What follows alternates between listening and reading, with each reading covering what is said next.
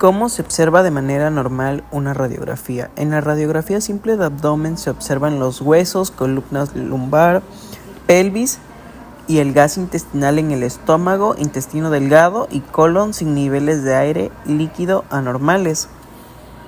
Los órganos blandos, hígado, vaso y riñones se aprecian indirectamente por su contorno o por la grasa adyacente, aunque la diferenciación de tejidos blandos es limitada.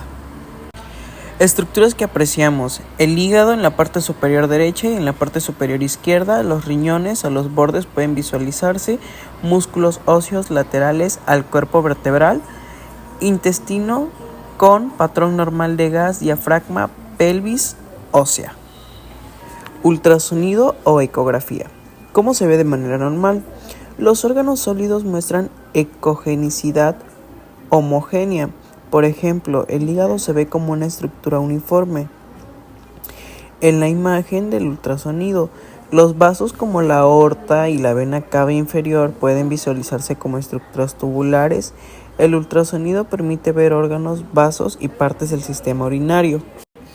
Estructuras que apreciamos en el ultrasonido o ecografía: hígado, vesícula biliar, páncreas, riñones, corteza, médula, sistema colector, vejiga urinaria. Grandes vasos abdominales, aorta abdominal, vena cava inferior y grasa perirenal. Resonancia magnética. ¿Cómo se ve de manera normal? En la resonancia magnética del abdomen se obtienen cortes en varios planos, axial, sagital y coronal, con diferentes ponderaciones, T1 y T2, lo que permite distinguir tejido graso, líquido y tejido parenquimatoso. Los órganos se determinan muy bien, los vasos se ven con claridad y también los espacios retroperitoneales y grasa que rodea los órganos. Estructuras que apreciamos en la resonancia magnética: hígado, lóbulos, vena, porta, fisuras, vaso, páncreas, cabeza, cuerpo y cola. Riñones con corteza y médula claramente separadas, glándulas suprarrenales, tejido graso, músculos en la pared abdominal y espacios retroperitoneales del párrafo. Tomografía computarizada. ¿Cómo se ve de manera normal? La tomografía computarizada del abdomen ofrece cortes axiales de alta resolución con o sin contraste, permite visualizar densidades de órganos, grasa, aire y huesos con gran detalle. Permite ver órganos sólidos, intestino, sistema vascular, pared abdominal y espacios retroperitoneales de forma precisa.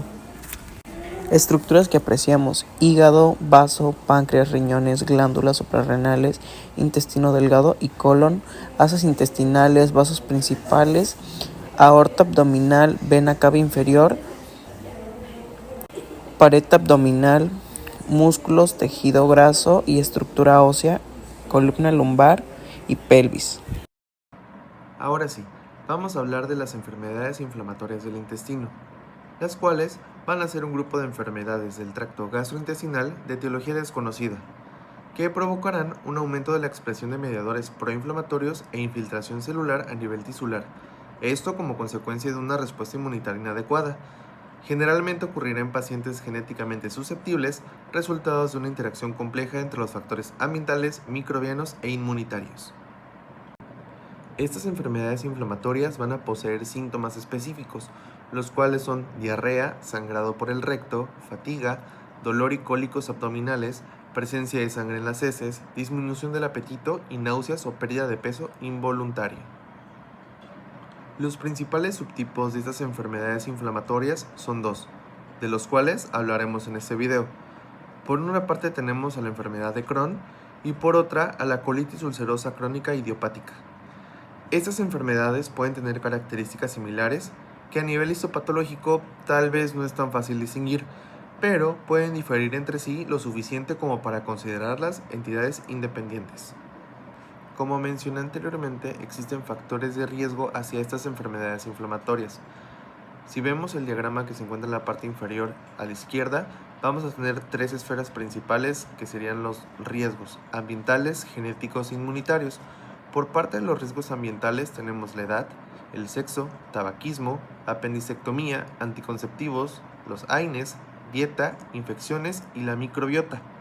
En cuestiones genéticas vamos a tener mutaciones en el gen CARD15, NOD2, los polimorfismo en el HLA clase 2 y 3 y el polimorfismo en genes de interleucinas 1, 4 y 6. Por parte de los factores inmunitarios tenemos la inmunidad innata y la adaptativa.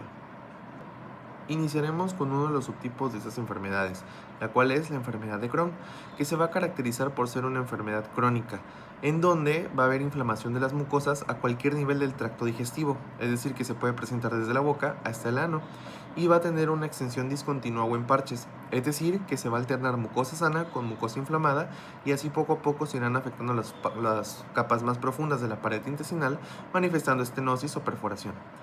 En esta patología la afectación ileocecal va a ser la más frecuente. Los síntomas que pueden llegar a sugerir que se posee la enfermedad de Crohn son acordes al nivel gastrointestinal afectado, es decir, que si se involucra el esófago y el estómago, va a generar síntomas como disfagia, náuseas y vómito.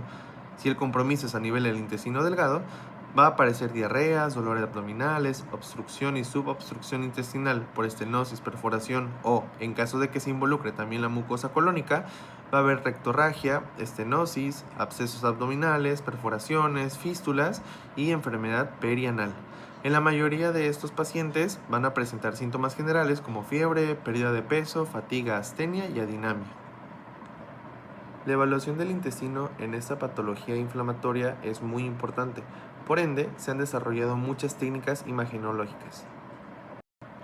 Las literaturas marcan que hasta hace un tiempo se seguían ocupando técnicas de medicina nuclear y fluoroscopía de bario para poder visualizar esas estructuras intestinales, pero se sabe en la actualidad que los procedimientos deben ser lo menos invasivos posibles. Por ende, se han desarrollado técnicas de ultrasonido, resonancia magnética, tomografía y rayos X para la visualización de la enfermedad de Crohn. Hablando de ultrasonido, la técnica que se ocupa para visualizar estas estructuras intestinales inflamadas es la ecografía. Vamos a tener diferentes hallazgos imagenológicos y a continuación los iré mencionando uno por uno. Primero tenemos el engrosamiento de la pared del tubo digestivo, en donde el segmento intestinal va a poseer más de 3 milímetros de espesor. Esto va a ser con su luz conservada o colapsada, con disminución o ausencia de peristaltismo. Otro hallazgo que tenemos es la hipercogenicidad submucosa, que va a estar presente en la enfermedad de larga evolución. Van a haber cambios sutiles en el engrosamiento de la pared con depósito de grasa submucosa que muestra una ecogenicidad aumentada. En la imagen de la izquierda vamos a poder observar uno de los signos característicos de la enfermedad de Crohn a la hora de hacer la ecografía, la cual es el aspecto de diana o pseudoriñón. Esto va a ser o va a recibir el nombre por el engrosamiento que tiene en la periferia y la forma en la que se van a visualizar las estructuras. Otro de los hallazgos son las linfadenopatías, donde los ganglios se van a presentar como masas hipoecoicas focales redondeadas rodeando el intestino, y si llegan a medir más de 3 centímetros hay que tener precaución, ya que pueden sugerir una complicación maligna de la enfermedad de Crohn. La infiltración de grasa. Esta va a aparecer como un efecto masa, hipercoico y uniforme. Va a ser la causa más frecuente de separación del asa intestinal y será más fácil identificar cuando se haga un estudio de contraste gastrointestinal. Si ocupamos la técnica de Doppler Color sobre la enfermedad de Crohn, vamos a ver una hiperemia, es decir, que se va a observar una neovascularización macroscópica. Va a tomar su coloración. Estenosis. Las superficies luminales de los segmentos afectados casi siempre se muestran con una posición fija y constante, con la luz en forma de área central con una ecogenicidad lineal dentro del asa intestinal engrosada. También tenemos alteraciones mucosas que van a aparecer en el ultrasonido como si fuesen líneas ecogénicas. Ahora pasamos a la enterografía por resonancia magnética. Este es uno de los estudios predilectos para esta enfermedad de Crohn. Igual vamos a tener hallazgos imagenológicos que voy a empezar a describir. Vamos a tener el engrosamiento moral, el cual va a ser mayor a 3 milímetros y se va a mostrar una hiperintensidad por edema. Va a ser más llamativo en las secuencias T2 con supresión de la grasa por el mayor contraste que ofrece la grasa mesentérica y la pared inflamada. Hay que recordar que cuando ese engrosamiento está entre los 5 y 12 milímetros, vamos a considerarlo como de gravedad moderada. Las úlceras mucosas las vamos a dividir en tres, en aftas, úlceras penetrantes o fisuras y úlceras lineales. Estas van a poder ser valoradas en ambos planos y en secuencia sin y con contraste. Tendremos el realce patológico estratificado, donde puede ser de 2 o 3 capas. Cuando es de 2, va a ser realce de la mucosa, es decir, la mucosa se va a ver hiperintensa y la submucosa se va a ver hipointensa por edema en T1. Mientras que si es de 3 capas con realce de la mucosa y de la serosa con submucosa edematosa, se va a ver la mucosa y la serosa hiperintensas y la submucosa hipointensas en T1. En la estenosis veremos a las asas de la pared engrosadas, con disminución de la luz y dilatación preestenótica. En los pseudodivertículos vamos a ver saculaciones del borde antisimétricos del asa. Cuando hablemos del aumento de la vascularización mesentérica, vamos a estar hablando del signo de Peine, ya que habrá una ingurgitación de la base recta por hiperemia inflamatoria y normalmente en enfermos de largo tiempo de evolución lo podemos traducir como una fibrosis perivascular. También veremos adenopatías mesentéricas que se van a ver hipercaptantes tras la administración de contraste intravenoso. También tendremos flemones, que es tejido inflamatorio mal definido e hipercaptante, o abscesos, colecciones con pared que realza el anillo. También los tractos sinusales, que van a ser trayectos anómalos con extremo ciego que discurren desde la luz intestinal al mesenterio. Finalmente tenemos las fístulas complejas, los cuales serán trayectos anómalos que comunicarán dos estructuras epitelizadas. En la enterografía por tomografía computarizada veremos un realce de la mucosa y engrosamiento de la pared, alteración de la densidad de la grasa adyacente, edema intramural que corresponde a una capa hipodensa ubicada entre el músculo y la mucosa que realza, ingurgitación de los vasos ciliares y depósitos de grasa intramural que dan a la pared apariencia trilaminar. Finalmente tenemos a los rayos X, los cuales no entran dentro de los estudios imagenológicos ideales, pero si la enfermedad está avanzada, en una radiografía simple se van a apreciar características que nos hagan sospechar que se está hablando de una enfermedad inflamatoria. Esas características son dos signos, el signo de la huella digital y el signo del tubo de plomo. El signo de la huella digital va a ser con un aspecto festoneado de la pared del colon engrosada debido a un edema intramural. Mientras que el signo del tubo de plomo va a haber una pérdida de marcas australes, secundario a fibrosis y engrosamiento parietal, dando así un aspecto del intestino liso o, como su nombre les lo refiere, una tubería de plomo. Esto va a ser un indicativo de que la enfermedad es crónica. Imagenología en la colitis ulcerosa crónica.